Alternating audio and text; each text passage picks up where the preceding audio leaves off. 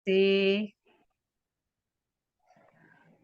Kita mau siapkan hati kita mau masuk dalam hadirat Tuhan, kita mau memuji Dia, menyembah Dia, dan juga kita mau siapkan hati kita untuk mendengar firman Tuhan.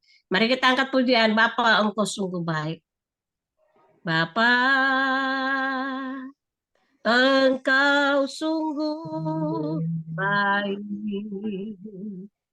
Kasih-Mu melimpah di hidupku.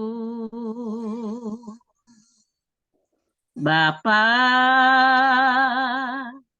ku berterima kasih berkat-Mu hari ini yang Kau sediakan bagiku.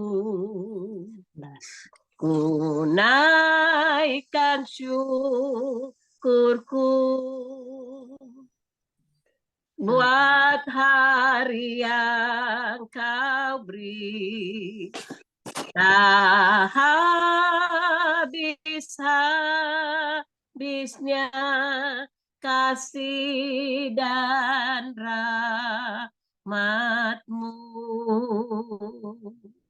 Selalu baru dan tak pernah terlambat pertolongan-Mu.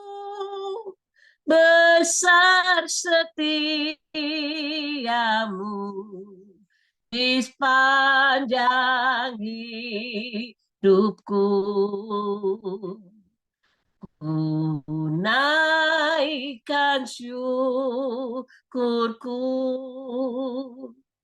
buat hari yang Kau beri.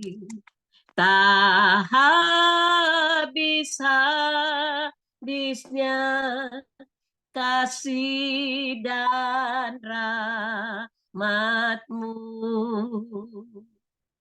Selalu baru dan tak pernah terlambat pertolongan-Mu. Besar setia-Mu di sepanjang hidupku. Besar setia-Mu, besar setia, besar setia-Mu, besar setia-Mu di sepanjang hidupku. Mari sembah Dia, haleluya. Allah yang baik, Allah yang besar, Allah yang luar biasa. Kami menyembah-Mu Bapa. Terima kasih Tuhan. Engkau Allah yang baik, Allah yang besar, ajaib Engkau. Terpuji nama-Mu Bapa. Terima kasih Tuhan. Terima kasih Yesus. Haleluya. Terpuji nama-Mu. Terima kasih Tuhan. Saya minta biar nanti Pak Hendra mau doa pembukaan. Pak Hendra, boleh doa pembukaan Pak Hendra? Oke, kita berdoa ya. Bapa kami berkata dalam surga, Tuhan terima kasih pada pagi sore hari ini menjelang malam yang Kau tutup buku kami dengan kuasa darah-Mu. Biar kami boleh duduk diam mendengarkan firman-Mu. Kau berkati dalam hamba-Mu, Pak Ringo. Kiranya Engkau berkati dia Tuhan. Bicaralah melalui hamba-Mu, semua kami boleh mendengarkan firman-Mu ya Bapak. Terima kasih Tuhan. Dalam nama Yesus, haleluya, amin. Amin. Tuhan, mari kita mau memuji Tuhan. Kita mau angkat pujian, sebab Dia hidup, ada hari esok. Amin.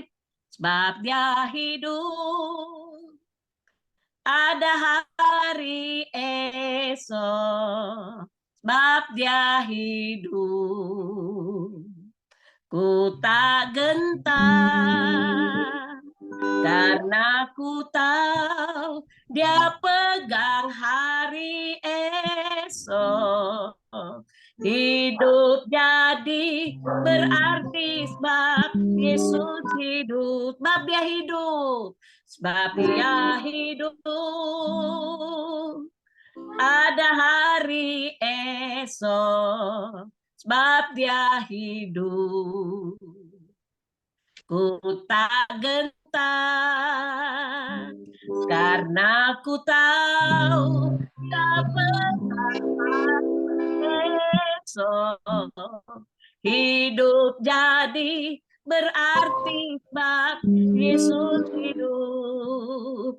Anak Allah, Yesus namanya, menebuskan,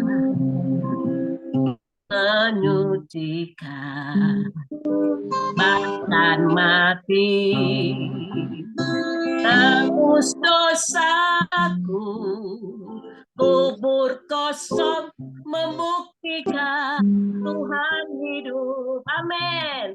Sebab Dia hidup, ada hari esok.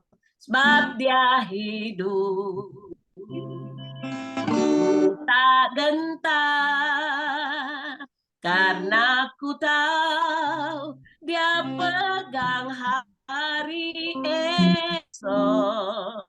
Hidup jadi berarti sebab Yesus hidup.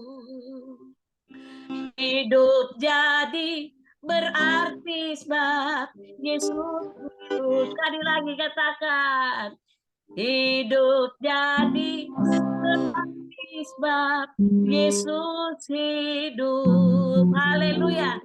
Luar biasa, Tuhan kita hidup. Makanya ada hari esok. Amin. Kita tidak perlu takut menjalani hidup ini, karena Dia hidup. Ada hari esok. Mari siapkan hati kita untuk mendengar firman Tuhan. Kita angkat satu pujian untuk menyambut firman Tuhan. Kita mau angkat pujian.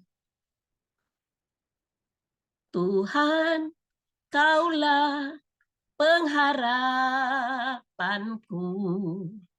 Ku percaya hanya kepadamu. Yesus, Kaulah perlindunganku. Engkau yang selalu ku puji. Mari katakan, Tuhan. Tuhan, Kaulah pengharapanku. Percaya hanya kepadamu. Yesus, Kaulah perlindunganku. Engkau yang selalu ku puji. Mulutku penuh dengan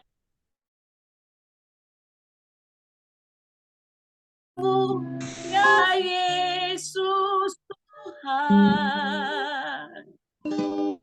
Panjang hari ku beri penghormatan kepadamu ya Allahku. Terima kasih Tuhan. Kami memakai mulut kami untuk mengagungkan Engkau, meninggikan Engkau Tuhan. Karena hanya Engkau yang layak dipuji dan dimuliakan. Kami mau siapkan hati kami Tuhan untuk mendengar firman-Mu. Berbicaralah kepada kami Tuhan pada sore hari ini. Saya serahkan kepada hamba-Nya untuk menyampaikan isi hati Tuhan. Ya, silakan Bapak Evangelis Horas Sering Rengal, Tuhan berkati. Ya, shalom semuanya. Kedengaran suaranya, Pak? Shalom. Kedengaran, Pak. Ya, puji Tuhan. Kita berdoa dulu ya. Bapa, kami bersyukur, terpuji terpujilah nama-Mu di atas segala hal yang sudah Tuhan kerjakan dalam kehidupan kami. Terima kasih buat saat ini kami ada, Tuhan. Tuhan melindungi kami dari pagi hingga sampai sore hari ini. Bahkan hari ini Tuhan berikan kami kesempatan, Tuhan layakkan kami boleh beribadah dalam Zoom kami ya Tuhan, dalam family ministry ya Tuhan. Kami bersyukur kepada Tuhan, kami boleh memuji Tuhan lewat pujian yang dinaikkan saat ini ya Tuhan oleh Ibu Michelle ya Tuhan. Kami bersyukur buat hamba-Mu, bahkan Tuhan sebentar kami hendak sharing. Kami berdoa kepada Tuhan minta tolong, anugerah daripada kuasa Roh Kudus menyertai kami, sehingga Tuhan lewat daripada sharing kami saat ini Tuhan, nama Tuhan semakin ditinggikan, bahkan kami semakin mengasihi Tuhan dalam kehidupan kami. Terpujilah nama Tuhan, hanya bagi Tuhan segala pujian, segala hormat, kuasa, kemuliaan, kejayaan, dan kemasyuran. Sementara kami hendak berbagi sharing, berkat Tuhan turun bagi setiap kami. Dalam nama Yesus kami berdoa, haleluya, amin.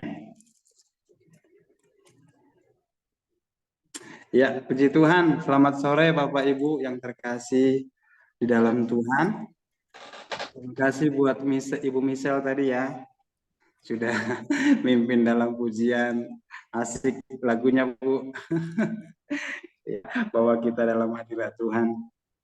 Baik, hari ini beberapa hari yang lalu ya, pernah sih kayaknya udah lama pernah ngobrol sama, di chat sama Pak kita ya, Pak Koya. Hari itu pas saya ada halangan, sehingga puji Tuhan hari ini bisa ya dilayakkanlah saya bilang untuk berbagi sharing di tempat ini ya.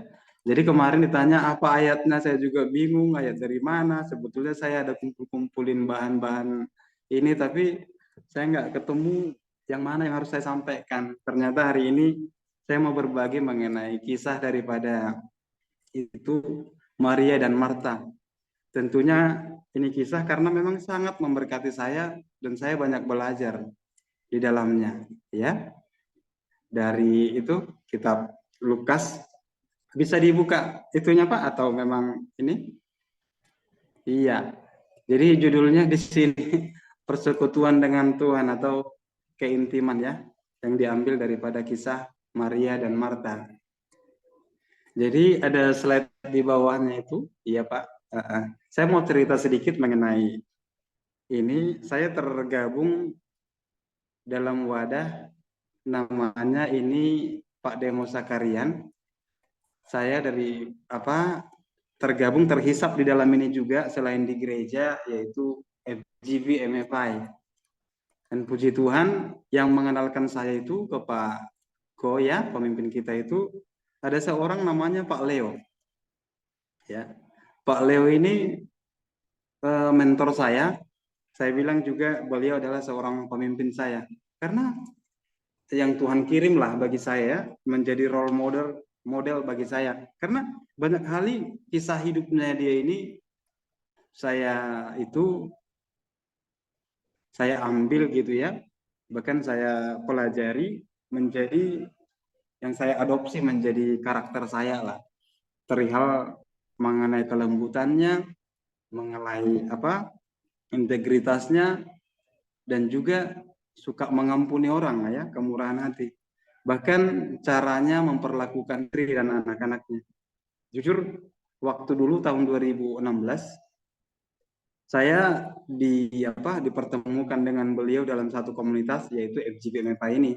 Sehingga pada saat itu penyambutan beliau itu sangat membuat saya itu merasa nyaman dalam wadah ini ya. Jadi di wadah ini bercerita mengenai ya transformasi orang biasa menjadi luar biasa dengan kuasa Roh Kudus yang menyatakan kasih dan mempraktekkan kuasa Tuhan dalam setiap kesempatan. Jadi ini ternyata ceritanya ini adalah orang biasa itu orang yang dulunya suka marah ya. Lalu akhirnya menjadi luar biasa ya menjadi tidak suka marah. Orang yang dulunya penjudi lalu menjadi luar biasa itu ya tidak menjadi penjudi lagi. Orang yang dulunya mabuk ya itu bagi komunitas ini adalah orang-orang biasa. Sehingga mereka kan menjadi luar biasa oleh karena karya Roh Kudus meninggalkan hal-hal yang lama. Jadi saya sangat tertarik apalagi dengan melihat mentor-mentor di sana, para pemimpin, ya. Bahkan dengan segala peraturan di sana sangat membuat saya ini tertarik lah. Karena saat itu juga saya pelayanan sih, tapi di sini kami diajar mengenai praktek, ya.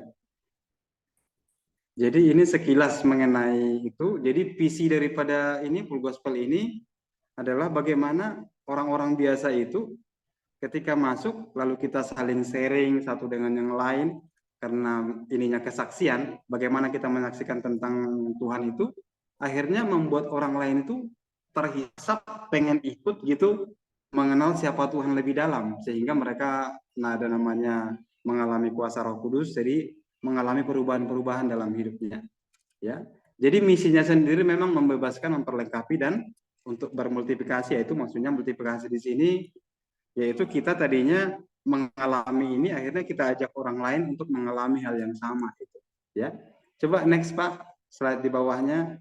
Ini sedikit aja penjelasan mengenai Full Gospel karena gini, di Full Gospel ini sekarang saya ditunjuk menjadi seorang teaching and training di sana, yaitu pengajar orang-orang baru masuk ke dalam komunitas ini, ya. Jadi ceritanya ini zaman dahulunya Pak Demos ada ini sedikit tulisan dalam cuplikan bukunya, mereka akan mengatakan pada pria lain tentang Yesus bukan teori gitu. Mereka mengatakan apa yang mereka alami sebenarnya tentang Tuhan pada pria lain seperti yang mereka sendiri alami.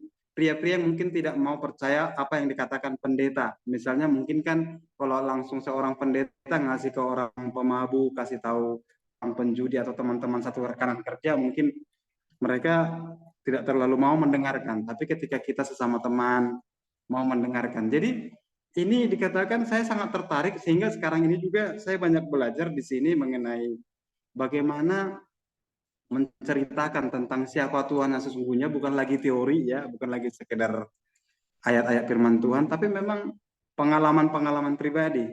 Coba next Pak. Nah inilah poin inti yang di bawah ini, sehingga ini yang saya adopsi kemanapun saya pergi dan apapun yang saya hendak dekatin orang, ya ini yang akhirnya saya bawa sampai menjadi bagian daripada hidup karena visinya memang ini visinya di Full Gospel, yaitu visi itu adalah bagaimana Tuhan menghancurkan rantai-rantai dari iblis dan membebaskan orang-orang yang terbelenggu. Jadi visi di Full Gospel ini bagaimana kita sebagai yang sudah terhisap di dalamnya undang orang supaya kita sama-sama bertumbuh, bahkan mungkin jikalau ada hal-hal yang kita terikat, misalnya hal-hal pornografi atau hal-hal yang lain lah yang kita terikat di dalamnya, kita sama-sama sharing, saling membangun, akhirnya kita terlepas daripadanya. Dan tujuan daripada utamanya itu yaitu bagaimana kita sebagai pria, bahkan kita punya istri atau anak-anak, yaitu pria dan wanita yang sejenis menjadi hidup dan secara ajaib terhubung dalam pujian dan penyembahan pada Tuhan melalui kuasa Yesus Kristus. Jadi akhirnya karena saya belajar di Full Gospel ini, belajar dari itunya karena saya juga sekarang pengajarnya. Jadi tujuan saya itu akhirnya ketika ada orang bermasalah, bagaimana orang ini ketika kita sharing akhirnya dia mau baca Alkitab, ya. Ketika kita sharing bagaimana dia mau masuk kamar atau angkat pujian penyembahan kepada Tuhan. Jadi di cerita-cerita ini akhirnya saya banyak menemukan pengalaman-pengalaman orang bagaimana ketika kita sharing akhirnya mereka mengalami lepasan, ada yang sakit yang sudah di ICU, akhirnya kita topang sama orang tuanya, kita pujian penyembahan, akhirnya yang di ICU itu mengalami kesembuhan, ya. Contoh di bawah ini bisa Pak, yang ini salah satu tempat di mana ada sebuah komunitasnya itu. Jadi saya diundang pada saat itu di sini, di tempat ini. Jadi ini orang-orang biasa, maksudnya masih banyak penjudi, banyak ini di sini ya, orang-orang komunitas yang ini nih. Jadi ketika kami bergabung bersama-sama, saya sampai ketika melihat situasi ini kadang merinding. Kenapa? Karena bagaimana Roh Kudus bekerja di tengah-tengah kami, terkhusus di mereka. Sampai aku lupa tadi cari itunya, gambarnya bagaimana istri-istri mereka ini penasaran dengan suami-suaminya. kan tadinya pulang kerja suaminya masih malam-malam pulang, kadang sampai jam 11 malam katanya, banyaklah yang cerita di mereka. Jadi penasaran istrinya kenapa suamiku berubah, sehingga ketika pulang kerja katanya langsung pulang mandi, lalu permisi sama istrinya, bilang saya mau ada fellowship tentang sebuah kumpulan belajar Alkitab, belajar mengenai karakter. Istrinya kan nggak yakin, ya. Tapi melihat perubahannya, katanya sampai ketika hari Minggu suaminya bilang ayo ke gereja, yang nggak pernahnya istrinya bengong. Lalu kemudian istrinya kemudian ajak, ayo di mana komunitas itu, katanya penasaran. Sehingga pada saat diadakan acara beginian, ada semua istri-istri mereka datang penasaran. Itu acaranya sangat luar biasa, ya. Saat itu saya sendiri sangat merasa diberkati melihat mengalami tersendiri, ya, yang saya dapat. Wah, bagaimana Tuhan itu luar biasa, ya. Coba next yang di bawahnya. Ini salah satu yang di bawahnya ini tadi saya dari sini, ya, karena tadi saya jam 11 ada juga diundang ke tempat ini, sebuah perusahaan sipiat. Mereka itu bikin kapal, ya. Lalu terjadilah di sana yang namanya itu sering kejadian yang namanya kesurupan di tempat itu. Sehingga karena sering terjadi kesurupan di tempat itu, ada seorang pemimpin mereka ini, pemimpin pekerjanya, mulai melakukan ritual doa kekristenan di sana, ya. Lalu mereka ngambil minyak urapan, baru ngajak semua karyawannya itu yang Kristen itu untuk ini perjamuan kudus, ya.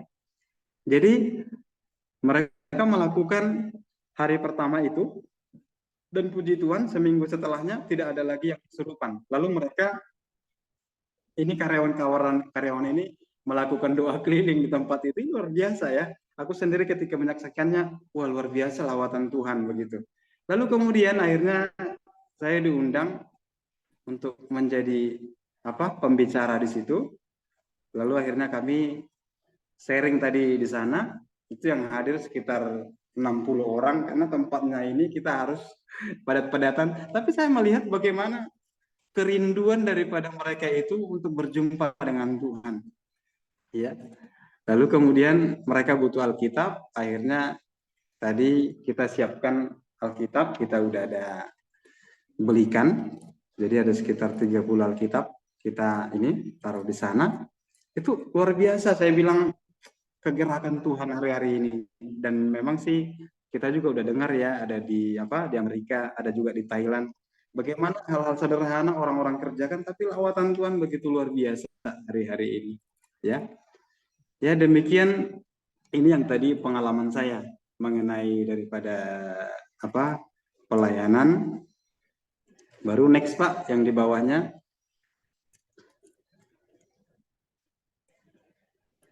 Ya, yang di bawahnya, nggak usah videonya.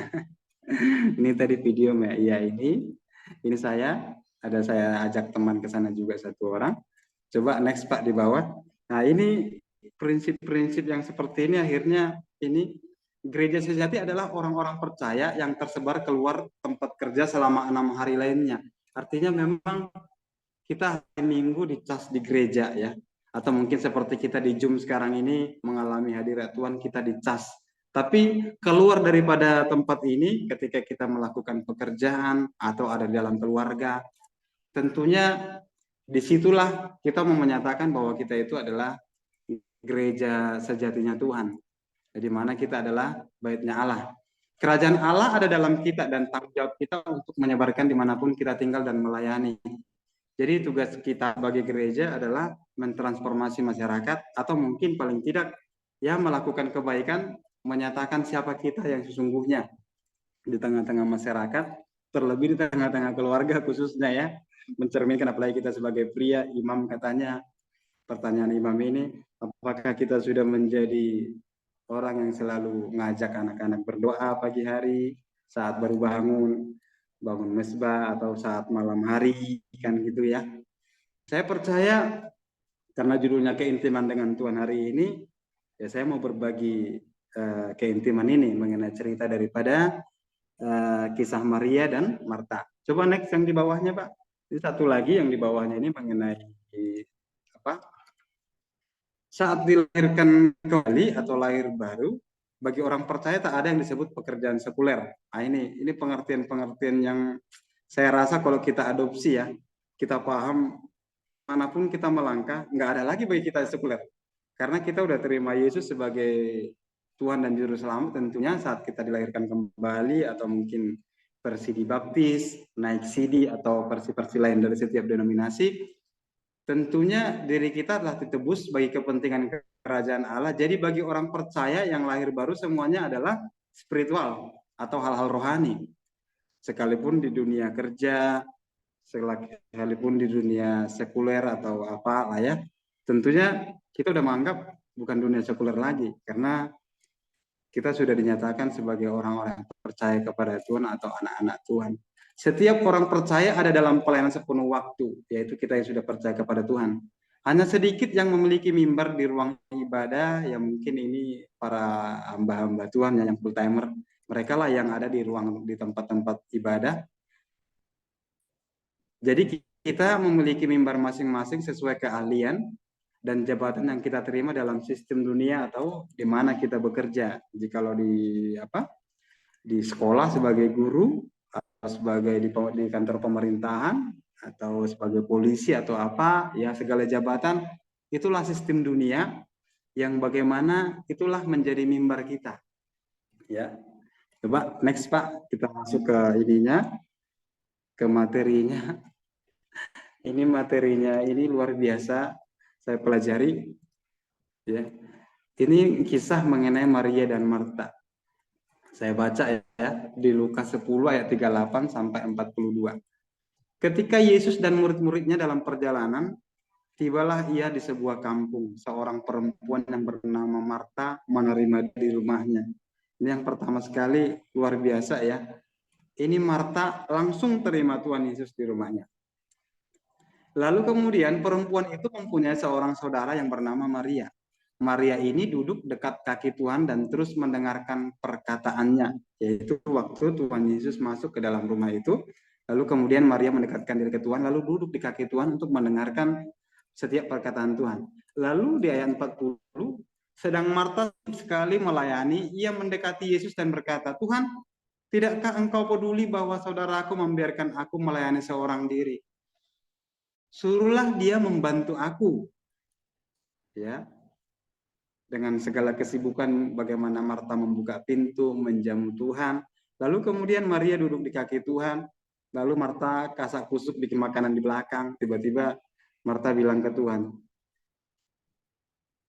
supaya Maria disuruh membantu dia ya untuk mempersiapkan segala sesuatu mungkin mengenai kebutuhan Tuhan. Tapi Tuhan menjawabnya di ayat 41, Marta, Marta, engkau khawatir dan menyusahkan diri dengan banyak perkara. Lalu di ayat 42, tetapi hanya satu saja yang perlu. Maria telah memilih bagian yang terbaik yang tidak akan diambil daripadanya. Ya. Jadi ada dua ciri khas daripada perempuan di tempat ini di ayat ini, yaitu mengenai Marta dan Maria. Coba next Pak yang di bawahnya. Iya. Kalau kita lihat di kisah ini menurut perenungan saya ya.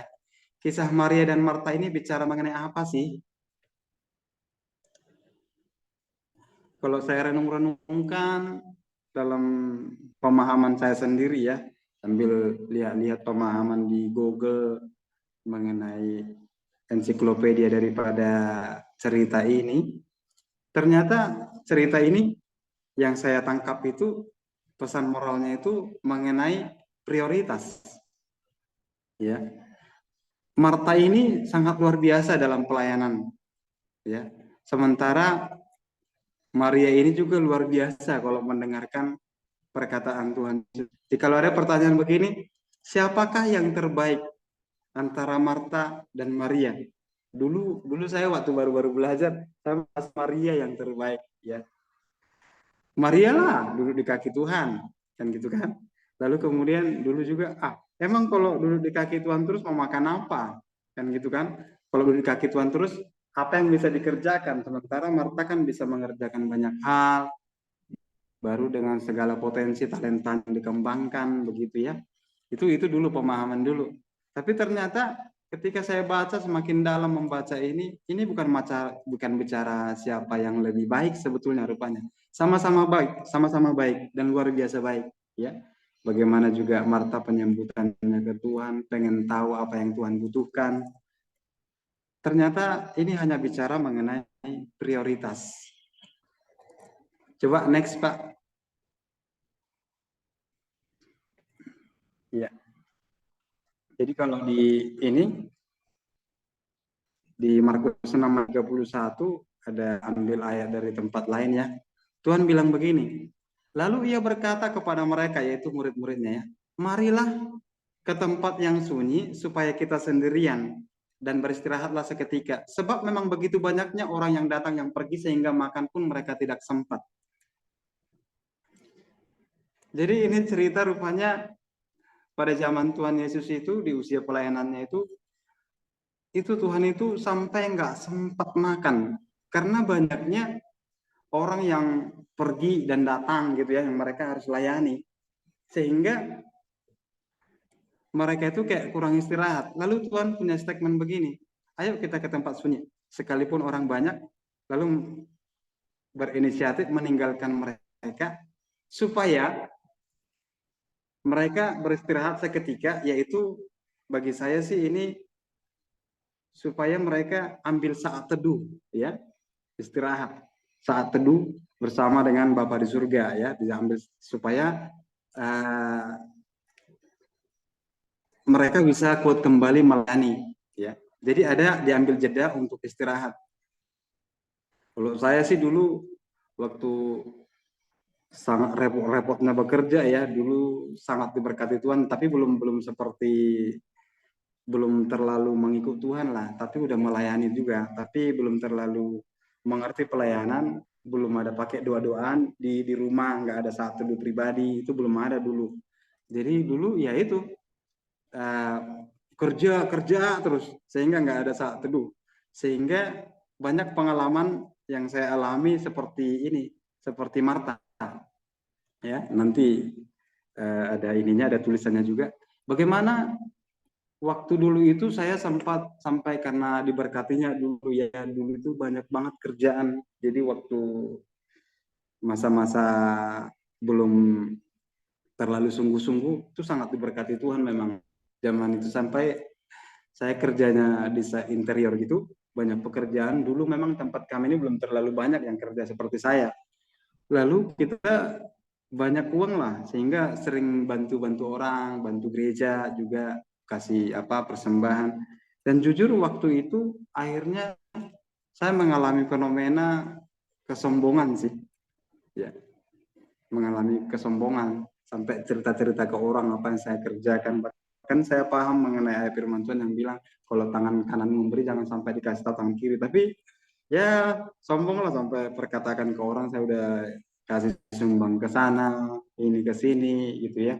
Itu pengalaman saya dulu. Makanya di cerita inilah saya belajar mengenai kisah Maria dan Marta ini. Saya belajar itu akhirnya terkikis ketika berikan sesuatu atau apapun, nggak terlalu kasih tahu ke orang, hanya bersyukur sama Tuhan ya. Coba next di bawahnya Pak. Ini ada satu lagi mengenai kisah daripada Tuhan Yesus. Disinilah pembelajaran saya. Dikatakan Markus 1 ayat 34 sampai 35 itu Tuhan itu menyembuhkan banyak orang yang menderita bermacam-macam penyakit, lalu mengusir banyak setan. Ia tidak memperbolehkan setan-setan itu bicara sebab mereka mengenal Dia. Yesus mengajar di kota-kota lain pagi-pagi benar, waktu hari masih gelap. Ia bangun dan pergi keluar. Ia pergi ke tempat yang sunyi dan berdoa di sana. Jadi ternyata pelayanan Tuhan ini waktu semasa melayani tidak lain, dia selalu memulai pagi hari itu sampai pergi ke tempat yang sunyi dan berdoa di sana. Ya, luar biasa ya, puji Tuhan ya. Kalau dulu sih saya ini nggak ada lah yang kayak gini-ginian, maksudnya melayani aja, nggak ada sampai saat teduh pagi-pagi berdoa. Saya puji Tuhan, karena saya juga ada pembelajarannya tadi di Full Gospel itu untuk ini sebagai teaching and training, bagaimana orang itu supaya datang bersekutu kepada Tuhan, bagaimana orang itu ambil ayat-ayat firman Tuhan supaya dipakai dalam kehidupan sehari-hari, ya. Jadi akhirnya saya mulai belajar hal-hal seperti ini. Kadang saya jam 3 pagi itu alarm sudah bunyi, akhirnya bangun, paling tidak mengucap syukur, punya saat teduh di situ. Nanti jam 6 bunyi lagi alarmnya. Nanti sekitar jam 9 bunyi lagi, jam 10 bunyi lagi. Jadi saya setting memang handphone saya itu berbunyi 7 kali satu hari, supaya ketika dia bunyi, kalau saya pas berkendara mobil, saya bisa berhenti di pinggir jalan, lalu pas dia bunyi itu paling tidak angkat satu lagu lah memuji Tuhan ya. Karena ini pembahasannya keintiman, dan saya juga lagi belajar mengenai di Full Gospel semakin dalam. Nah, itu yang saya kerjakan hari-hari ya. Karena saya percaya, jadi timbul dalam pemikiran saya begini, kalau sampai Tuhan aja dalam melakukan pelayanannya dia harus berdoa pagi-pagi ya, apalagi saya. Berarti kalau saya nggak doa, dalam pemikiran saya lebih hebat dong dari Tuhan kan gitu. Harusnya kan enggak. Kalau Tuhan sampai berdoa pagi-pagi pun saya harus juga melakukan hal yang sama begitu. Ya, coba slide di bawahnya Pak. Iya. Jadi Maria menjawab kebutuhan Yesus akan persekutuan. Sementara Marta menjawab kebutuhan Yesus akan pelayanan. Jadi saya rasa memang menurut pengertian saya, yang dua hal ini harus menjadi hal yang kita adopsi dalam kehidupan kita sehari-hari ya. Bahkan kalau masalah persekutuan, kita sebagai kepala rumah tangga tidak ada ini lagi ya, tidak ada diskon, tidak apa, memang udah harus bawa anak-anak. Kalau anak-anaknya masih kecil ya, seperti saya sih, anak saya yang paling besar masih kelas 1 SMA. Dan yang paling kecilnya itu ada 4 orang, yang paling kecilnya masih belum sekolah, masih usia 4 tahun. Jadi bagaimana harus bawa mereka untuk bersekutu kepada Tuhan. Dan asiknya itu yang saya alami menjadi sukacita sih ketika kita doa makan atau doa pengen tidur, itu berlomba-lomba. Anak saya yang 4 tahun terkadang itu yang paling lama doanya, sampai semua didoakannya, sampai disebutin nama-nama ini keluarga kita, tulang-tulangnya semua yang ada di kampung pun disebutin. Jadi hal yang bersukacita ketika kita mengerjakan hal yang sama, anak-anak kita menirunya. Saya juga sangat bersukacita anak saya itu yang kelas 1 SMA ya, di gereja dia hari Jumat, Sabtu, Minggu itu selalu ke gereja. Jadi Jumat dia udah pergi ke gereja jam 3. Kalau hari Sabtu itu dia pergi sekitar jam 11 karena mereka ada menara doa katanya.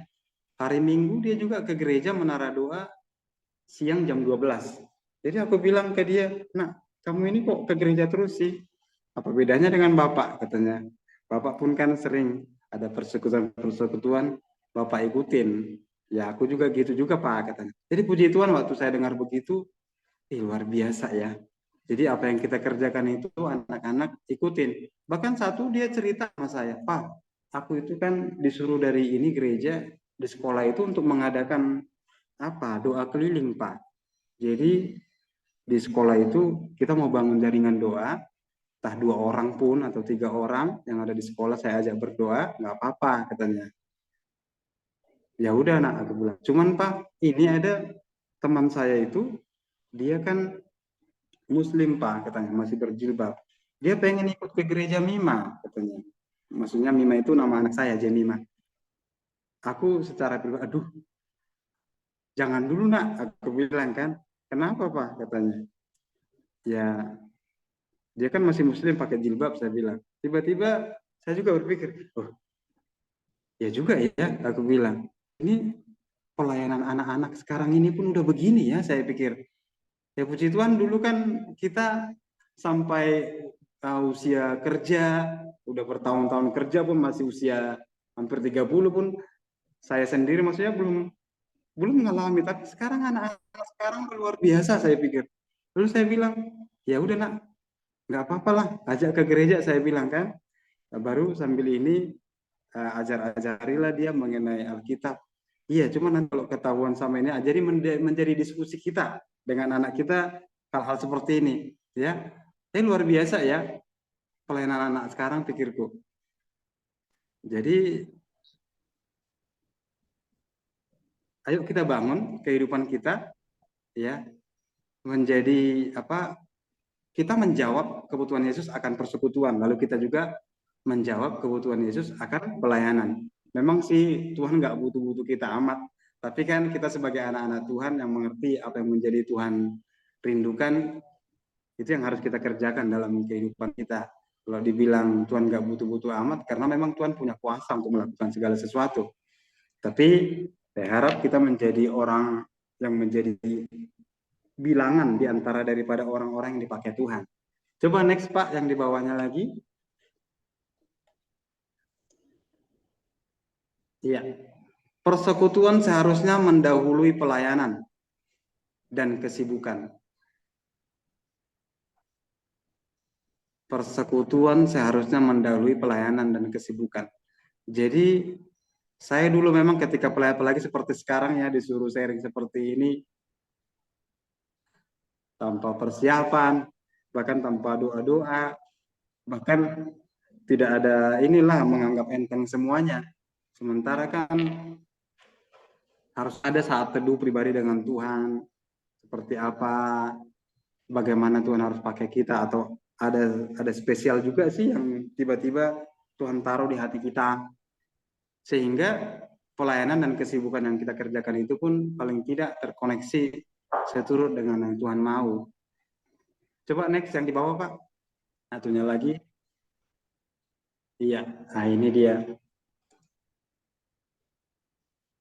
yang saya baca itu, bagaimana seorang Maria ya bisa kasih tahu ke Tuhan yang di 40 itu, untuk Tuhan menyuruh supaya Maria ikut membantu dia. Ini sih yang saya alami dulu sering. Tidak ada persekutuan dengan Tuhan, akhirnya apa yang saya pikirkan itu, yang saya pikir saya lakukan kebaikan, saya menuntut saya punya akses untuk perintah-perintah Tuhan. Padahal kan sesungguhnya siapa kita atau siapa saya. Kalau dulu akhirnya mengalami banyak kesombongan rohani sih. Kalau dalam prinsip saya, ini kata intinya, yang ini kesalahan Marta. Coba Pak yang di bawahnya, ini saya tuliskan. Apa kesalahan Marta? Yaitu Marta tidak memahami prioritasnya. Sehingga dalam berjalannya ketika Tuhan datang ke rumahnya, Tuhan akhirnya menegur dia. Padahal nggak salah yang dia kasih tahu, tapi Tuhan nggak suka hal itu. Ya, tidak memahami prioritas. Waktu awalan mendengar seharusnya mendahului segala aktivitas. Dalam saya itu memang saya nggak tahu juga sih apanya ya, tapi ya kalau saya baca-baca tanpa tanya Tuhan, tanpa ini tersendiri, pasti Tuhan ini, pasti ini, sehingga dia melakukan segala sesuatunya di dapur atau mempersiapkan segala sesuatunya. Lalu akhirnya dengan kejadian yang dia buat sendiri, dia akhirnya melakukan sebuah perintah kepada Tuhan, lalu akhirnya supaya suruh Maria. Ya, itu yang terjadi. Jadi yang kedua ini kesalahan Marta, kesibukan menghasilkan kesombongan. Ya, jadi tanpa ada persekutuan pribadi dengan Tuhan, apa yang kita kerjakan itu lama-lama akan menjadi sebuah kesombongan. Yang ketiga, kesombongan sekalipun kesombongan rohani akan berujung kepada penghakiman. Ini sering, dulu saya sering ditunjuk menjadi ketua panitia nih dalam momen-momen acara sesuatu ya. Jadi kita melakukan semuanya untuk baik, tapi ujung-ujungnya kita menyalahkan orang lain ketika dia agak malas apa, lalu kita akhirnya benci, kecewa melihat orang itu, akan berujung ke dalam hal-hal yang seperti ini. Lalu yang keempat, tanpa persekutuan itu kita akan lebih menyukai kesibukan. Akhirnya kita jadi terikat di dalamnya. Tanpa persekutuan pun bisa kok, apalagi kita sampai mengalami sebuah kesuksesan, kita langsung bilang, nggak perlu doa-doa amat pun, biasa aja pun bisa kok sukses. Pokoknya kita sibuk deh. Nah, gitu. Jadi punya prinsip-prinsip tersendiri, padahal sesungguhnya dari ayat ini saya belajar tanpa persekutuan, segala apa yang kita lakukan bisa hambar atau bisa menyalahi banyak aturan dan bisa Tuhan nggak suka. Sampai akhirnya mungkin kita di dalamnya. Coba satu gambar yang di bawah Pak, bagaimana ini kriteria orang zaman now. Ini dulu saya di dalamnya ini juga. Parah saya juga dalamnya ini, sampai kadang lembur-lembur pulang jam 1 pagi. Ya. Lalu sampai besoknya ketemu hari Minggu pun bisa dengan alasan pekerjaan lembur gitu ya. Gitu. Jadi kalau keadaan zaman now, zaman lalu juga udah begini ya, lebih suka sibuk urusin karir, jabatan, pekerjaan, bahkan pelayanan daripada duduk di hadirat Tuhan. Ini saya banget ini dulu. Tapi kalau sekarang sih puji Tuhan ya, saya dan istri selalu mengalami persekutuan pribadi dulu atau sharing satu dengan yang lain.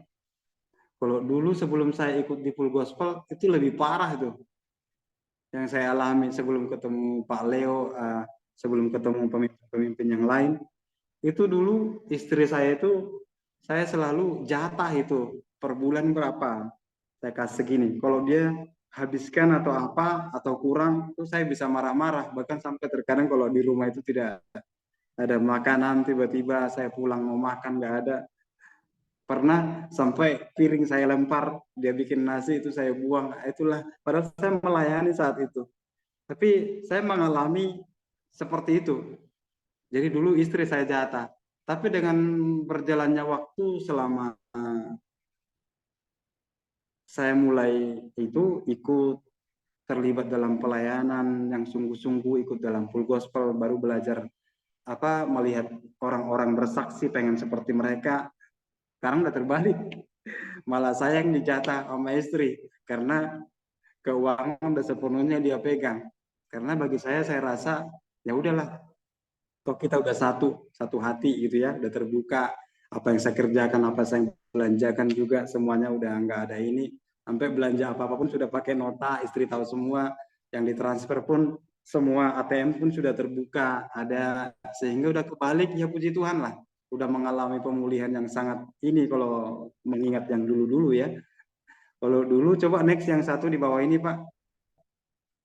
Ini yang paling dulu saya benci. Dan tragedi hidup lah saya bilang, yaitu doa pagi-pagi itu sebuah siksaan sama saya. Jangankan ini untuk 5 menit aja baca ayat firman Tuhan, jangankan pagi-pagi sih, ke gereja aja dengar khotbah itu siksaan banget. Sampai terkadang dengar khotbah bisa ketiduran gitu, karena nggak masuk di hati ya. Jadi kalau sampai posisi itu, saya pikir itu tragedi kehidupan itu. Sampai dengar khotbah, sampai dulu itu mungkin ada meme bilang kalau mau cepat tidur itu ke gereja aja, itu kami banget dulu ya. Tapi kalau sekarang kadang terasa setengah jam pagi kurang rasanya kalau kita ini, atau pujian penyembahan sama keluarga itu kalau belum sampai 5 lagu ya kurang kan gitu ya. Jadi aku rasa sih kehidupan yang intim ini gimana pun kita harus upayakan dalam kehidupan kita, terlebih kita yang pria-pria yang ada di grup ini ya, yang dengar ini. Karena saya banyak dulunya, apalagi dengan pelayanan sekarang sih, dengan sekarang saya melihat, aduh banyak sekali, jangankan itu ya, memang ke gereja aja pun nggak mau gitu. Tapi di tempat ini puji Tuhan sampai Zoom pun dikejar, saya rasa sih Pria-pria yang luar biasa yang ada di tempat ini. Coba next, Pak. Ini mengenai kisah Daniel sih. Daniel ini luar biasa. Dia ini 3 kali 1 hari menghadap Tuhan dalam kisah Alkitab. Sehingga pengenalan akan Tuhannya itu menghasilkan kekuatan bagi kehidupan rohaninya. Sampai ketika ini pun dia sampai mau gitu dimasukkan dalam gua singa pun nggak masalah sama dia. Ini menurut saya sih cerita Daniel ini karena keintimannya dengan Tuhan. 3 kali 1 hari dia menghadap Tuhan. Coba next, Pak, yang di bawahnya, karena slide-nya udah mau habis. Ya. Di sini dikatakan dalam Mazmur 46:14, diamlah dan ketahuilah bahwa akulah Allah. Aku ditinggikan di antara bangsa-bangsa, ditinggikan di bumi. Lalu ayat Yesaya 30 15-16 bilang gini, sebab beginilah firman Tuhan yang Maha Kudus Allah Israel, dengan bertobat dan tinggal diam, kamu akan diselamatkan. Dalam tinggal tenang dan percaya terletak kekuatanmu, tetapi kamu enggan. Aku rasa sih yang enggannya ini jangan lagi. Memang sudah kita punya karakter itu pengen ini ketenangan lebih ini di dalam Tuhan ya. Bahkan ketika baca ayat firman Tuhan kita pengen menggali ayat firman Tuhan supaya kita mengalami ketenangan sekalipun sedang mengalami hal yang kurang baik ya. Tapi kalau di sini orang-orang sekarang, tetapi kamu berkata, bukan, kami mau naik kuda dan lari cepat, maka kami akan lari dan lenyap. Maka kamu akan lari dan lenyap. Katamu pula, kami mau mengenai kuda tangkas. Ini sih bicara semuanya mengenai apa ya? Pengen yang instan-instan semua. Tidak kesabaran. Ini saya dulu banget nih memang. Lalu yang terakhir slide-nya ini prinsipnya Martin Luther. Saya ini googling, ternyata ini prinsipnya beliau. I have so much to do that I shall spend the first 3 hours in prayer. Saya ini apa sih artinya ini saya apa dalam bahasa Indonesia? Ternyata gini. Ini Martin Luther ini orang yang sangat sibuk. Saking sibuknya dia, akhirnya dia membuat satu waktu, membuat prinsip dalam kehidupannya dia harus memulai hari ya selama 3 jam di dalam doa. Wow, ini prinsipnya Martin Luther ini luar biasa. Dia bukan orang pengangguran atau apa. Justru karena banyaknya kegiatan yang akan dia kerjakan, dia bilang dia harus siapkan waktunya 3 jam untuk berdoa, untuk memulai harinya. Wow. Ini luar biasa ini. Pak Martin Luther ini. Jadi dari kisah Maria dan Marta ini yang saya ambil kesimpulannya, Maria tidak lebih baik daripada Marta. Sementara Marta pun tidak lebih baik. Ini hanya masalah prioritas. Sebaiknya kita melakukan persekutuan dulu sebelum melakukan segala sesuatu kesibukan kita. Kalau sekarang sih, kalau keluar dari rumah, saya rasa sih sama. Ini kan hanya sharing aja Bapak dan Ibu ya. Kita keluar rumah mungkin kita udah tanpa doa, kita udah berpikir, aduh, tadi belum berdoa, berani keluar rumah, kan gitu kan. Harusnya memang itu sudah terbangun dalam diri kita. Sebelum keluar rumah, ya harus doa dulu. Kalau dulu boro-boro bisa begitu, karena memang nggak terlalu peduli. Dan puji Tuhan sih, hari-hari ini saya sharing pribadi memang, karena saya nggak terlalu pintar khotbah, ya. Saya sharing pribadi apa yang saya alami. Ini yang saya alami dalam keluarga. Dulu banyak sekali berkat mengalir bagi saya secara pribadi waktu belum terlalu dekat sama Tuhan, tapi melayani, ya. Tapi banyak hal juga hal yang salah yang saya kerjakan, bahkan nggak damai sejahtera. Pernah juga pengalaman sampai udah melayani nih, saya sama istri pun melayani, tapi karena nggak ada persekutuan itu, sering saya marah-marah di rumah, mungkin karena saya yang cari uang ini, akhirnya punya potensi untuk marah-marah ke istri itu ini. Akhirnya pernah istri saya itu kabur dari rumah bawa anak-anak, ya. Itu pun saya masih sombong saat itu. Kenapa? Karena saya rasa saya punya uang, punya pekerjaan, lalu segala sesuatunya cukup lah, ada karyawan kerja. Ya udah mau pergi terserah lah, mau makan apa nanti kan gitu kan. Istri terserah sama anak-anak, sombong gitu. Lalu suatu ketika saya mengalami pengalaman 2 minggu ditinggalkan, saya mulai kosong. Saya pun mulai ketakutan juga diketahui sama teman-teman satu pelayanan kalau sampai-sampai mereka tahu istri saya kabur dari rumah. Di sini mulai saya bingung, mau dibawa kemana keluar kan gitu kan. Lalu akhirnya mulailah saya bersaat teduh. Di situ tiba-tiba saya dapat inspirasi bahwa saya harus jemput istri dan anak-anak gitu. Lalu di zaman itu saya pikir masih agak sombong, gimana nanti kalau ketemu sama mertua di sana semuanya. Lalu kemudian saya ada nonton satu film rohani dan di sini saya mulai dibangkitkan. Saya lupa judulnya. Film rohani inilah yang membuat saya itu punya statement-statement tersendiri. Di situ dia bilang, apapun yang terjadi dengan keluargaku, istri dan anak-anakku, jangan pernah salahkan mereka, tapi salahkan aku. Gitu. Jadi ketika saya tonton itu film itu, akhirnya saya menangis. Akhirnya di situ saya mulai mengerti, iya ya, saya pria ya. Saya yang harus bawa keluarga ini bersekutu kepada Tuhan. Jadi selama ini pelayanan saya kerjakan ini betul-betul salah total. Maksudnya nggak ada tanpa persekutuan dengan Tuhan, ini salah total. Akhirnya kemudian saya berikhtiar hendak jemput istri. Saya jemputlah istri dari kampung, bawa anak-anak juga, tapi dia memang udah nggak mau. Dia udah kepahitan banget. Akhirnya yang saya lakukan di sana kembali ya doa pribadi lah, Tuhan tolong ampunin aku sampai istri dan anak-anak pun udah nggak mau pulang. Ternyata memang di situ saya sadar terlalu hebat kesalahan yang saya kerjakan. Lalu akhirnya saya bujuklah mertua saya mau minta maaf sama mertua dan dikumpulkanlah tulangnya, layak-layak saya di sana juga. Saya bilang saya minta maaf semuanya. Itu berdasarkan persekutuan pribadi saya sanggup melakukannya. Sebetulnya sih tadinya enggak, tapi berdasarkan persekutuan pribadi dengan Tuhan dan saya renungkan ini keluarga harus menjadi akur. Akhirnya istri saya kasih syarat dia mau pulang, yang penting saya berubah.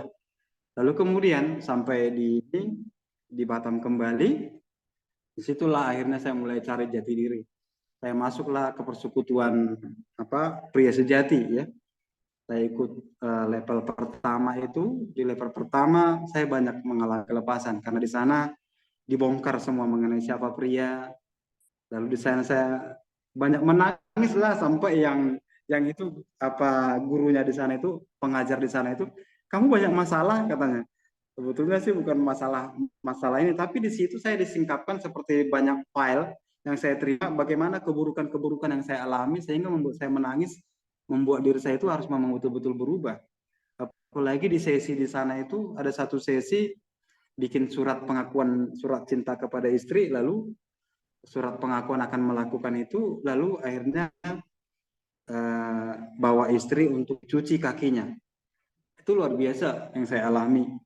Di situ saya mau aja ngerjakan semuanya. Lalu masuk ke pria sejati yang kedua, akhirnya saya sampai ke pria sejati yang ketiga. Ya, lewat itulah semua akhirnya saya serahkan diri kepada Tuhan. Saya terbuka sama istri untuk masalah keuangan itu, sekian ada uangnya kita, apapun yang mulai ini. Kalau dulu sih enggak. Dulunya saya sering juga kirim-kirim ke keluarga sendiri ya, tanpa sepengetahuan istri. Saya kirim, akhirnya dia tahu dari orang lain. Ini salah satu banyak hal yang membuat istri saya kepahitan sih. Sehingga arti kita dalam rumah tangga itu menjadi satu enggak ada. Jadi ya uangku, uang dia, jatah yang saya berikan yaitu segitu saja gitu. Tapi sekarang ya puji Tuhan kami mengalami banyak perubahan.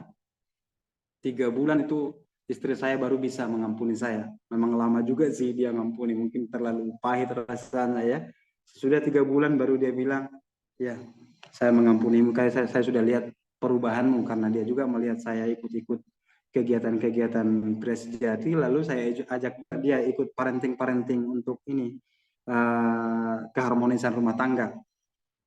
Dan jujur semenjak itu akhirnya kami bekerja sama, lalu lewat hubungan pribadi yang kami bangun itu akhirnya kami bisalah membentuk yang namanya Yayasan Panti Asuhan Biji Sesawi di Batam. Dulunya nggak ada kepikiran untuk melayani seperti itu, bahkan untuk bikin melayani anak-anak, nggak ada. Ya. Lalu kemudian ya puji Tuhan berjalannya waktu sekarang, ya keluarga kami baik-baik aja. Paling satu pengalaman yang saya lihat, ada satu pelayanan di anak kami itu, dia itu orang Kupang. Jadi dia itu pada saat itu orang tuanya lagi sakit, namanya itu lumpuh. Jadi karena orang tuanya lumpuh, yang laki-laki, yang perempuan itu tidak terima kenyataan hidup seperti itu, lalu dia pergi meninggalkan rumah itu, lalu dibiarkan suaminya sakit, anak-anaknya itu dibiarkan begitu aja. Lalu akhir singkat cerita, anaknya dititip di kami. Jadi anaknya ini saat itu udah SMP ya. Shalom Pak, masih ada waktu saya 5 menit ini, masih bisa? Ya, lanjut. Oke Pak, ya sedikit lagi. Ini kemudian ketika anak ini dititip di kami, ya puji Tuhan ya, dia sekolah kami antar, lalu kami ternyata udah banyak nunggak lah dia. Di sekolah itu ada sekitar 5 bulan uang sekolah sama uang buku-buku nggak pernah dibayar, lalu kami bayar semua. Ketika kami bayar semuanya, lalu dia sekolah seperti biasa. Dia tinggal sama kami, tidur sama anak-anak saya juga di kamar gitu. Udah selesai itu, ternyata tiap hari dia ini, karena udah kebiasaan ternyata di sana mungkin, dia suka mencuri. Sampai celengan anak saya itu yang ada 3 itu, yang ayam-ayam sama ini, itu ternyata tiap hari diambil, sampai satu ketika itu celengan habis semua. Sampai kami juga sering mengalami kehilangan dompet, uang di dompet gitu ya. Lalu singkat cerita, satu hari ketahuan bahwasanya dialah yang mencuri. Lalu kemudian singkat cerita karena dia yang mencuri, ternyata kami tanya, dia sering pulang lama dari sekolah, ternyata untuk ini bayar-bayar teman-temannya makan gitu ya. Jadi kadang dia laporannya piket, ya itulah kesalahan kami, kurang terlalu menelusuri apa yang dia lakukan. Tapi memang dia sangat latih sih untuk hal-hal bohong dan ini segala macam. Lalu singkat cerita, karena saya tahu itu, istri saya pun lepas kontrol, karena kita udah terlalu banyak berjuang sama dia, udah samakan dia seperti anak kita, bajunya pun kita beli, kita suruh dia jalan-jalan ke mall, pokoknya semuanya lah. Ini kita tuntut balik lah saat itu ya, kita tuntut balik lah. Jadi akhirnya singkat cerita dia dipukul sama istriku sampai nangis ya, pakai sapu, supaya efek jerak maksudnya ya. Lalu kemudian saya juga tidak kalah ini ya. Lalu akhirnya saya bawa dia ke kamar, saya tutup kamar. Lalu akhirnya saya ini ke dia, ada satu di kamar itu kayak sejenis gelas. Karena ada hal-hal yang dia belum ngaku, karena pernah tamu kami datang hilang dompetnya. Lalu saya tanya dia ulang, dia nggak mau balas. Lalu akhirnya saya pakai gelas itu, saya mau pukul dia. Ya inilah, saya udah pelayanan saat itu, udah mulai alami pemulihan tentang Tuhan, tapi masih kayak gitu karakter. Ya itulah memang kita tidak bisa berhenti belajar ya. Lalu saat itu saya mau pukul dia, dia langsung ngaku, iya Pak, saya ngambil dompetnya, saya buang di sebelah, ada rumput-rumput di situ. Lalu akhirnya kami cari, ketemu tuh dompetnya. Di kamar saya masukkan dia lagi kamar dengan emosi banget nih ya. Orang dompet tamu pun hilang, sampai KTP-nya apanya di situ kan. Lalu saya ini lagi dia, lalu tiba-tiba itulah Tuhan ngingatin saya, bukankah kamu dulu lebih parah dari dia? Tiba-tiba saat itu nggak tahu kenapa ya, saya seperti ada lawatan Roh Kudus. Saat itu saya tiba-tiba menangis, saya teringat, saya dulu lebih parah dari dia. Teringat seperti file-file bagaimana saya juga dulu pernah curi toko orang ya pada zaman-zaman muda ya, karena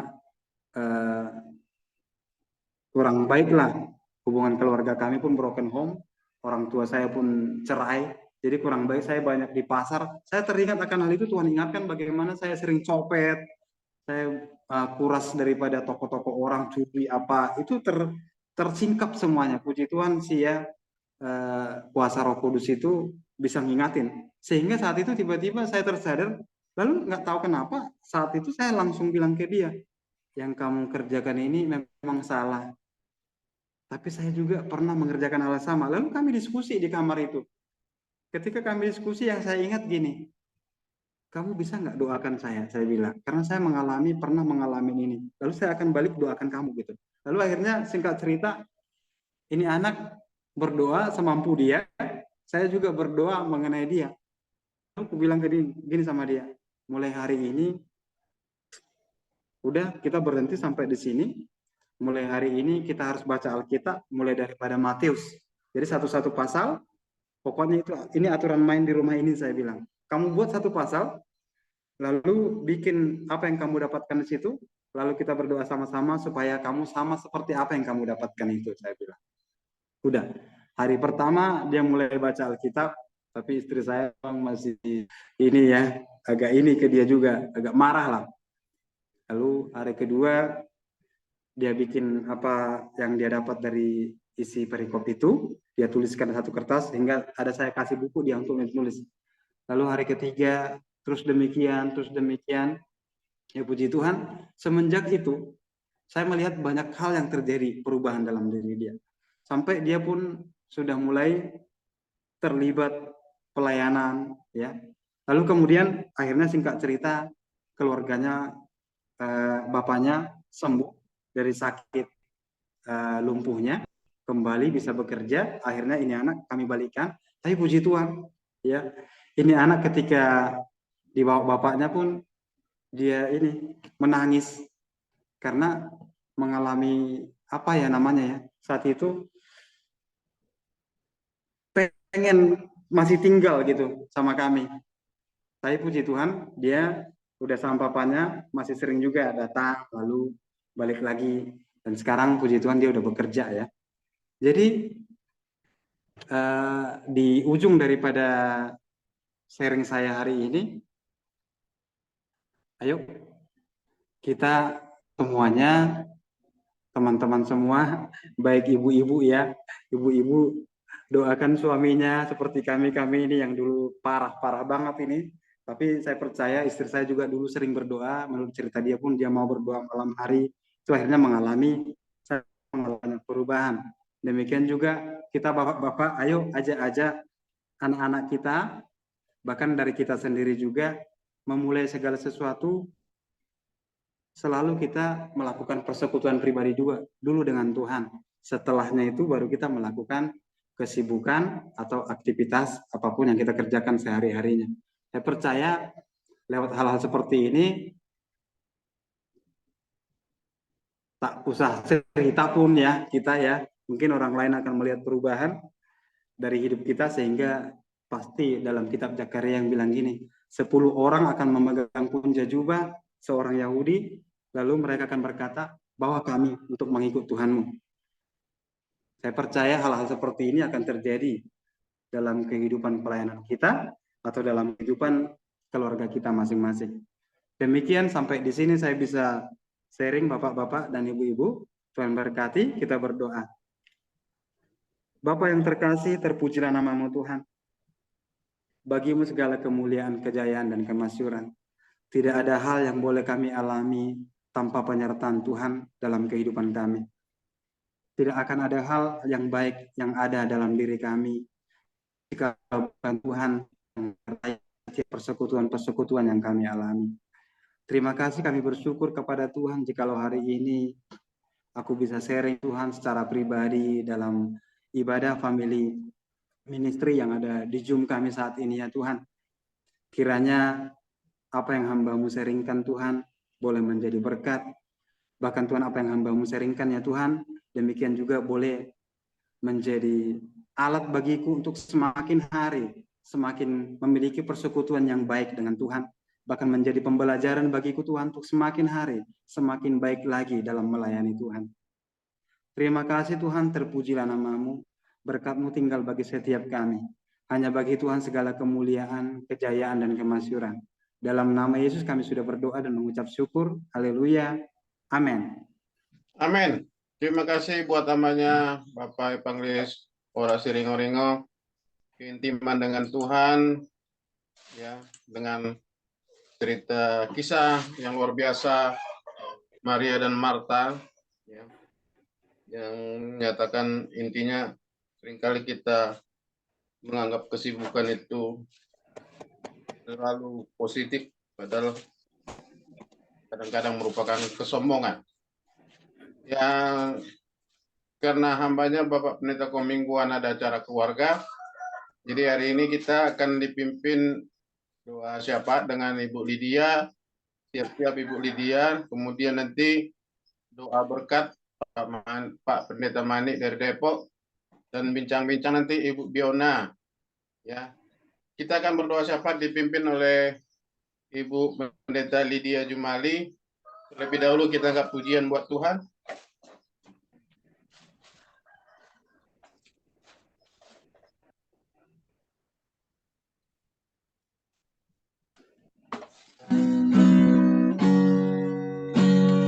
Seperti wanita mengurapimu, menangis di bawah kakimu.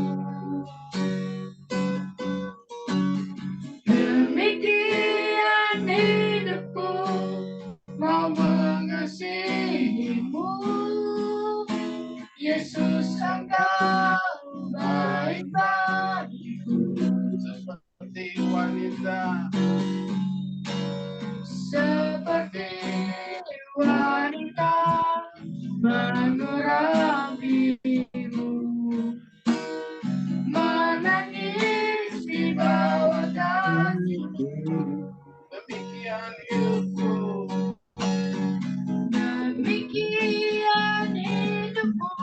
mau mengasihimu, Yesus engkau baik bagiku.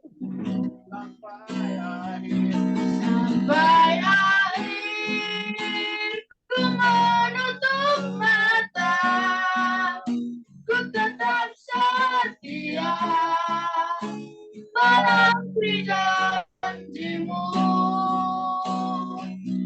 sampai ku dapatkan mahkota kehidupanku. Ku tetap setia untuk melayanimu sampai akhir, sampai akhir.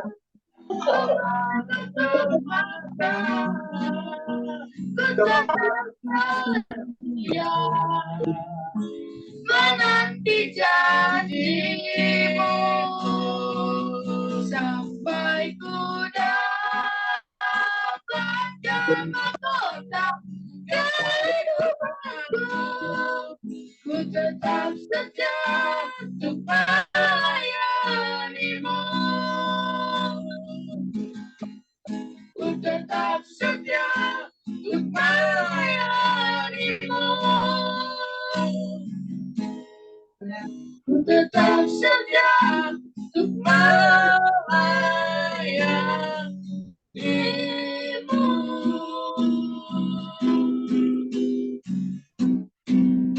Silakan Ibu Lydia Jumali. Ya, Bapa kami dalam surga, kami boleh puji Tuhan atas pimpinan penyertaan Tuhan. Kami sudah dibekali oleh firman-Mu kembali ya Bapa. Kami bisa melayani tempat kami ya Tuhan. Dan firman-Mu mendidik kami kembali supaya kita melayani pekerjaan-Mu masing-masing seperti Tuhan. Cobanya mereka juga melayani tapi dengan cara yang berbeda Bapa. Biar kasih-Mu terus akan membuat kami semuanya di Zoom ini Tuhan. Biar kami juga sama-sama melayani tempat yang beda Tuhan. Tetapi kami berkuasa-Mu terus. Kami juga mendoakan Pak Horas Tuhan yang sudah melayani masa mudanya, biar dia menjadi hamba-Mu berkat, biar membawa datang kepada Tuhan. Tuhan, tolong Tuhan sertai Tuhan campur tangan-Mu. Kami juga yang sudah melayani sertai campur tangan, bahkan kami yang mengikuti Tuhan berkati kami semua Bapa, biar kami sama-sama boleh mengerti di dalam hidup dan perjalanan kami pekerjaan Tuhan. Terima kasih semua yang ada di family ministry ini juga berkati Tuhan. Tuhan berkati Pak Mingguan juga, Tuhan jemaah berikan kesembuhan dari sakit penyakitnya, biar kuasa Tuhan tangan-Mu. Tuhan berikan keluar yang terbaik. Tuhan, biar semua rencana-Mu indah pada waktunya, biar berikan kesembuhan yang daripada Tuhan. Terima kasih buat Ibu, Bapak, anak berkati semuanya. Terima kasih Bapak, kami juga berdoa buat Pak Hendra juga berkati, tangan berikan kesembuhan Pak Hendra bisa melihat Bapak semua ibu dan anak mantu cucunya. Terima kasih Bapak, biar Tuhan jamaah misalnya berikan kami kesehatan, kekuatan, hikmat yang daripada-Mu, biar kami bisa menutup Bapak, biar berkat harus mengalir, berkat-berkat jasmani pun Allah akan mengikuti dan keperluan kami dari hari ke hari. Terima kasih ya Tuhan, menolong, menyertai dan campur tangan-Mu. Berkat semua hamba-hamba-Mu Pak yang melayani Tuhan, biar kasih-Mu menolong dan campur tangan-Mu. Berkat juga semua anak-anak-Mu juga boleh menjadi mereka untuk menjadi dan menjadi saksi untuk kemuliaan kebesaran nama-Mu ya Bapa. Tuhan terima kasih banyak, kasihkan semuanya ke dalam tangan-Mu. Bangsa negara kami Tuhan tolong buat Presiden, Wakil Kabinet Pusat sampai ke daerah Tuhan. Tolong semuanya, lingkungan Tuhan. Kami juga bisa memenang jiwa di tangga kami Tuhan. Biar semua mereka boleh datang, boleh bertemu. Kami doakan satu RT ini Tuhan bisa dimakan kemuliaan nama-Mu Tuhan. Kami pun tidak tahu caranya bagaimana, tapi akan dan berusaha untuk kami terus membawa mereka untuk datang ke Tuhan. Terima kasih Tuhan, kami serahkan semuanya dalam kasih-Mu. Tuhan akan menolong semua pemerintahan kami, Bapak. Mereka masing-masing tugasnya, mereka boleh bekerja dengan baik ya Bapak, dari kesehatan, Menteri Pertahanan dan juga menteri-menteri yang lainnya Tuhan, keuangan dan sebagainya Tuhan tolong. Dari Angkatan Laut, Angkatan Udara dan Angkatan Tuhan Darat, biar Tuhan tolong semuanya, biar mereka juga bekerja dan Tuhan terus melindungi dan menolong mereka semuanya. Terima kasih Bapak, serahkan semuanya Tuhan.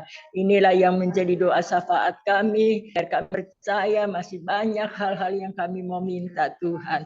Tetapi Engkau Allah yang kami sehala yang seperti dan sudah tahu semua keadaannya Tuhan. Sebab itu kami menyerahkan sekali lagi buat family ministry ini Tuhan, terus pakai Tuhan tolong, biar kami sama-sama bersatu untuk memuliakan, meninggikan nama-Mu ya Tuhan, biar kami saling mengasihi, saling menolong, saling membantu dan saling memperhatikannya. Terima kasih Bapak, kami serahkan semua doa dan permohonan kami, segala puji dan hormat, syukur, kebesaran dan kemuliaan hanya di nama Tuhan. Di dalam nama Yesus kami sudah berdoa, haleluya, amin. Marilah kita bersama-sama mengucapkan doa Bapa kami. Bapa kami yang di surga, dikuduskanlah nama-Mu, datanglah kerajaan-Mu, jadilah kehendak-Mu di bumi seperti di surga. Berikanlah kami pada hari ini makanan kami yang secukupnya, dan ampunilah kami akan kesalahan kami, seperti kami juga mengampuni orang yang bersalah kepada kami. Janganlah membawa kami ke dalam pencobaan, tapi lepaskanlah kami daripada yang jahat. Kalau Engkau punya kerajaan dan kuasa dan kemuliaan sampai selama-lamanya. Amin. Bapak Ibu yang dikasihi Tuhan kita Yesus Kristus, mari kita arahkan hati pikiran kita pada Tuhan dan mari kita terima berkat Tuhan kita.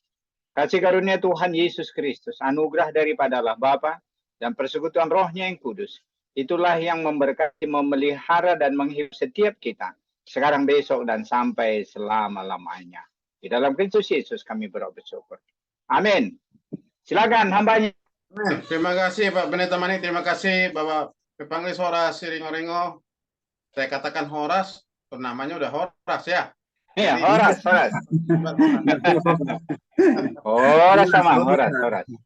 Terima kasih Ibu Pendeta Lydia Jumali. Kita percaya doa syafaat kita sudah dikabulkan oleh Tuhan. Ibu Messi juga yang sudah membawa pujian dan penyembahan. Ini waktunya silakan Ibu Biona untuk memimpin bincang-bincang tentang keintiman kita dengan Tuhan yang digambarkan dengan Maria dan Marta. Prioritas. Silakan Ibu Biona. Shalom. Haleluya. Haleluya, benar Amang.